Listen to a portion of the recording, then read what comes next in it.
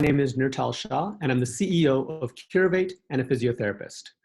As a physiotherapist, I've seen the biggest problem in my practice being that patients cannot access physiotherapy after orthopedic surgery. This results in long-term health consequences for the individual and for the healthcare system as a whole. So physiotherapy after a surgery costs about $5,000 for the individual, and this is a big part of the reason why 80% of people don't do it. So the cost for things like total knee replacement just in the US alone is $3 billion annually.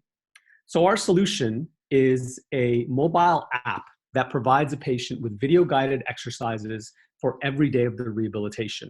And everything from their repetitions, their sets, their adherence, their progress are all tracked within our app. In addition, we've also found ways to measure things like knee and hip range of motion. The solution I'm describing right now exists as we're speaking in the Google Play Store as well as in the Apple App Store. And right now it's available via a subscription model through both app stores.